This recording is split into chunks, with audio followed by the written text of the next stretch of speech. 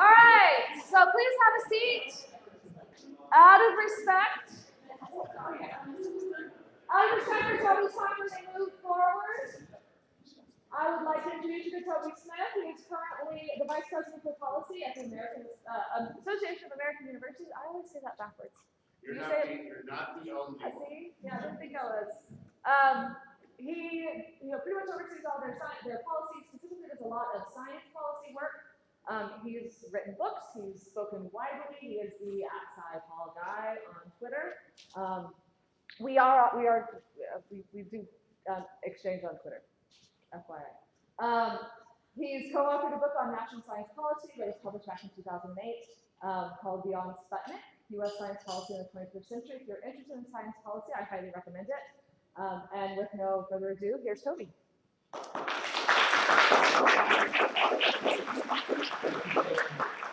So, first of all, just so I know, how many of you are actually graduate students in STEM fields? Oh, okay. Now, I should say, how many of you aren't?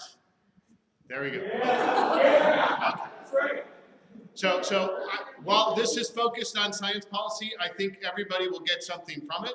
And so I want to, those of you who come from backgrounds like I came from, a political science background, you're not going to be left behind. I think this will be, there'll be good information for everyone here.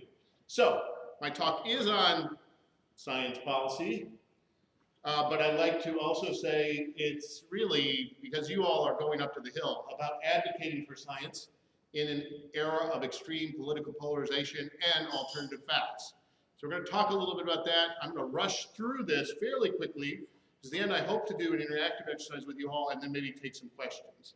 So, to kick things off, when I talk about science policy, I'd like to introduce people to this character. This is Otto von Bismarck. He was the Chancellor of Germany from 1871 to 1890, and just so you know, he has nothing to do with science policy, except for the fact that he said there are two things you don't want to see being made: sausage and legislation. So, with that, I would like to welcome you to Washington, where the sausage is made, or supposedly made, as I say, because Washington these days looks much more like this. It's pretty brutal in terms of getting things done. And so before I start anything about science policy, I like to set some context for what we're dealing with here in Washington these days in terms of the political climate. And so, well, actually, I should say, by the way, about sausage making, it's gotten so bad on Capitol Hill in terms of their inability to get things done that sausage makers no longer want to be compared to Congress.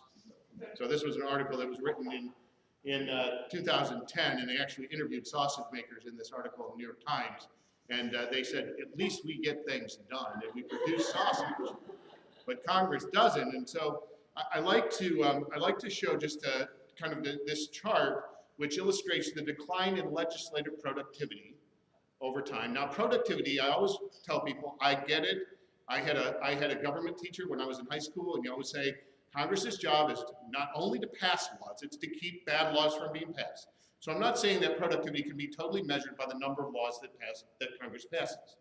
But I do say when they can't even pass their budgets on time, not only on time, but it's 4, 5, 6 months after the deadline, and they have to pass a series of what we call continuing resolutions to keep the government open, or the budget is often threatened with shutdowns, and every once in a while we have a government shutdown. That is not functioning the way it should be. So just by way of background, so I'd like to take people back to the 112th Congress. That was 2011 to 2012. And during that Congress, which is the, if you look here, it's the end of the chart right here, they passed 284 laws. For comparison, the beginning of that chart starts with the 80th Congress. That was 1947, 1948. The Congress, of course, is 2 years, so it's the term of a congressional election cycle. They passed 900 public laws during that year, and by way of reference, that was Harry Truman's do-nothing Congress. So you see that it's really gotten bad compared to then. A little bit of good news. During the 113th Congress, they eked out a few more laws and bills they were able to pass. In the 114th, they got a few more passed. I had checked the beginning of September. I haven't checked lately. I meant to do it today. They were at about 270 some odd, or actually, 100, and they were at like 220, if I remember right. So they're probably going to do okay this year. I don't think they're going to be the worst in terms of productivity in Congress, or they're not going to be worse than that 212 Congress. So what's going on? Why is this happening? So one big reason is because the Congress today is more polarized than it's ever been in history. Even if you go back and you look at, so this is an analysis done by some political scientists who have analyzed the willingness of members of Congress to crossover vote. So Democrats to vote with Republicans, Republicans vote with Democrats. And they really found that even if you go back to the Reconstruction era, just after the Civil War, the Congress is more polarized now, combined with your the margins, which are very narrow in terms of the split between Republicans and Democrats in both the House and the Senate.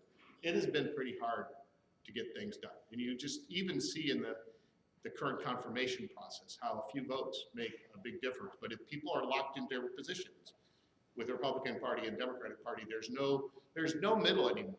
So the willingness to compromise, which our system depends upon, is going away. Now, for those of you who are in STEM fields and are interested, or those of you who aren't, who are interested in evidence having an impact on policy, this is a worrisome problem, because what we are doing more than ever, and I'll talk about why this is happening, but we're electing ideologues to Congress. We're electing people who come here and they have their minds made up, and they're going to support the party line, not ever waver or change from what that line is, and therefore they're less willing to listen to evidence or change their mind based upon information that's presented to them. That's a problem for people who are trying to bring evidence to bear on policy or science to bear on policy. It's a challenge, and I think we all need to recognize that as one of the downsides of the loss of the middle. We can talk a little bit about things that can be done to address that, but why are we losing the middle? That's the real question. So I'd like to point towards this chart, which was, these numbers are developed by the political Nate Silver, who does a lot on congressional races. There's also Charlie Cook. They follow these things here in Washington. And Silver has pointed out that in 1992, the presidential election where Bill Clinton was first elected, there were 103 competitive swing districts.